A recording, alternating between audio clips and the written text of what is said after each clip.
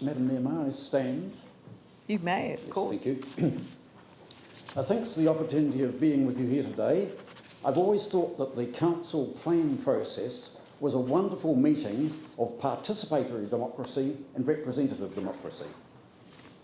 And thanks too to the staff for much better background material than we've had in recent years.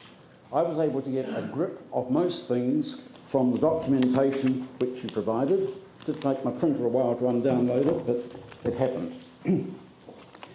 However, I would like to comment in passing that there is a bit of a mismatch between what's said in this document and what's said in the big document about the 1.2 billion shortfall. I could find only $750 million shortfall in the main document, and that was plugged by the sale of assets of $750 million. I couldn't see any other extra deficit of $450 million between the 700, so I don't know what the explanation of that is. It was all covered by rates, reserves, borrowing, development contributions and special dividend. However, I don't want to divert attention from what I think is the main issue before the council at this stage, and that is the review of the capital program. In this document, you say that you're going to carry out a review of the capital program, one of the 4 levers which is mentioned. And I'm very pleased to hear from the Mayor a few weeks ago and from other people that a review of the capital program is already taking place. And this submission is intended to be helpful to you and encourage you along the way of a very vigorous review of the capital program. Now, I've provided a little hand-drawn graph of the key element of the submission which I put in a month or so ago. If you look at that first red column on the left, that is the amount of capital spend that you plan to spend in this current financial year, just over $1 billion. The green column next to it is $573 million, which I understood at the time I made the submission was the expected total capital spend for this year. In other words, you were $450 million behind your expected projected capital spend. The next 2 red columns are the projected capital spend for 2016 and 2017, both about $900 million. Now, what I did was to reprogram that capital expenditure according to what I thought was achievable, according to past experience. The best indicator of future performance is past performance. And if this year you haven't been able to spend more than $573 million, I thought it was unlikely you'd be able to spend more than that in future years. So the first few years run at about $500 or $600 million. You'll notice that the capital spending is pushed forward. So the middle years of the decade, there's more spending the council has programmed. At the end of the decade, it's about the same. If you look down to the table below, you'll see that the net reduction over the 10 years is $681 million. But the real point that I want to make, you to take from this map, is that there is no crisis at present time for capital spending, because in the next 3 years, this current year and the next 2 years, you're going to be underspent by at least $1 billion. So there is, regardless of whether it's a good idea to sell assets or not, there is certainly no need to sell assets in the immediate future, because as I say, you're underspent by $1 billion in the next 3 years. If you turn to the next page, you'll see a revised reprogramming of this option for capital reduction. And I prepared this just a day or 2 ago when I heard that, in fact, the likely underspend for this year was going to be $500 million, not $400 million. And so I reduced the $600 million projected expenditure down to $500 million for the next few years. And if you follow that through, there's a net reduction over the decade of $981 million. Now, people say, where's the reduction going to come from? Well, the answer is, in the first few years, it comes because you simply cannot spend that amount of money. The construction industry and the project managers and the planners, etc., they can't spend money at that rate. And the evidence is there before your eyes with the experience this year and last year and so on. I thought you'd be underspent by 300 million this year. I was wrong. It's evidently about 500.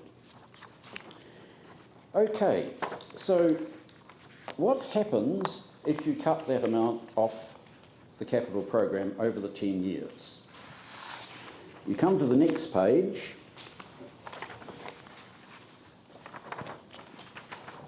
and you'll see a cumulative debt under this reprogramming option with the special dividend of $750 billion, or asset sales, from CCHL deleted. Now you'll see that that deletion is in years 1 and 2, it's next year and the year after, 550 million and 200 million, which of course adds to the borrowing requirement. But overall, you can see that the cumulative debt, if you adopt this option and do not sell the assets, is still considerably less than it would have been under the current council scenario. So you can see that line in bold near the bottom.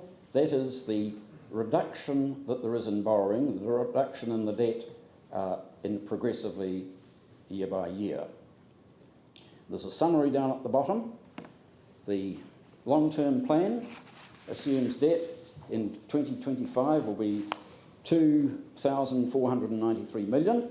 Under the reprogramming option, it's 2,185 million. So there's a reduction in debt there in 2025 of 308 million. But in addition, you've saved 201 million in loan servicing costs over that period. So if you add those three things together, the council is better off by 1,200 and, actually that's a misprint there, it shouldn't be 1,268, I added something, I think it's 1,249, sorry about that. That's mental arithmetic. Now, as I said, in the initial years, the reduction comes because you simply can't spend the money. There is no point in putting money on the budget and telling the ratepayers of Christchurch there's a functional crisis, when in fact you can't spend the money. In future years, obviously, expenditure has got to be reprogrammed. But there are lots of places in the long-term plan where it seems to me councillors have not had the opportunity yet of taking a hard look at the expenditure. In addition to 88 million for information technology maintenance, capital spend on maintenance, there's 126 million of capital for information technology enhancements.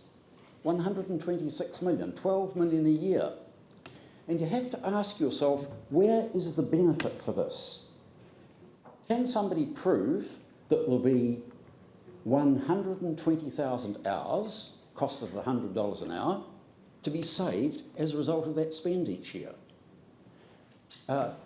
My view of information technology is that there's a law of diminishing returns.